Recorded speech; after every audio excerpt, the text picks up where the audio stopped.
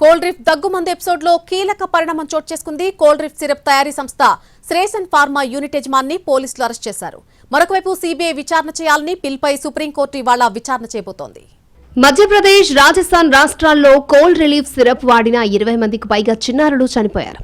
Cold relief syrup వాడకంతోనే పిల్లలు మృతి చెందినట్లు ఆరోపణలు వచ్చాయి. ఈ సిరప్ లో 48.6% విషపూరితమైన డైఇథిలిన్ గ్లైకాల్ ఉన్నట్లుగా ల్యాబ్ టెస్టుల్లో తేలింది.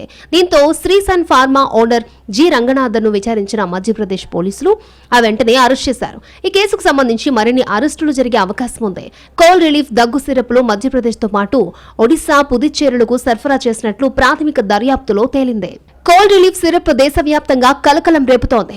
ఈ దగ్గుమందులో 48.6% విషపూరితమైన డైఇథిలిన్ గ్లైకాల్ ను తమిళనాడు ప్రభుత్వం గుర్తించింది. Tamil Nadu food safety, drug administration department కాంచీపురంలోని శ్రీసన్ ఫార్మా తయారీ యూనిట్లోని కోల్డ్ రిలీఫ్ కాఫ్ సిరప్ నమూనాలను పరీక్షించింది.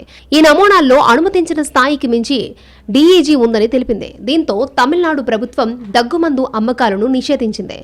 డైఇథిలిన్ గ్లైకాల్ విషపూరితమైనదే, మానవ శరీరంలో విషంగా పనిచేస్తుంది. ఇది కేంద్ర నాడీ వ్యవస్థను దెబ్బతీస్తుంది, గుండె, మూత్రపిండాల పనితీరుపై ఎఫెక్ట్ చూపిస్తోంది, కిడ్నీ ఫెయిల్యూర్ కు కారణమవుతుంది. తెలంగాణ డ్రగ్ కంట్రోల్ అడ్మినిస్ట్రేషన్ ప్రజలకు ఇప్పటికే ఈ దగ్గుమందుపై కీలక హెచ్చరికలు జారీ చేసింది. అనుమానిత cold relief syrup batch number SR13 వాడకాన్ని తక్షణమే నిలిపివేయాలని ఆదేశించింది. మధ్యప్రదేశ్, రాజస్థాన్ రాష్ట్రాల్లో దగ్గుమందు సేవించిన చిన్నారులు మరణించడంతో ఈ నిర్ణయాన్ని తీసుకుంది. మరోవైపు సీబీఐ విచారణ కోరుతూ సుప్రీంకోర్టులో పిల్ దాఖలైంది. దాన్ని విచారించేందుకు న్యాయస్థానం అంగీకరించింది.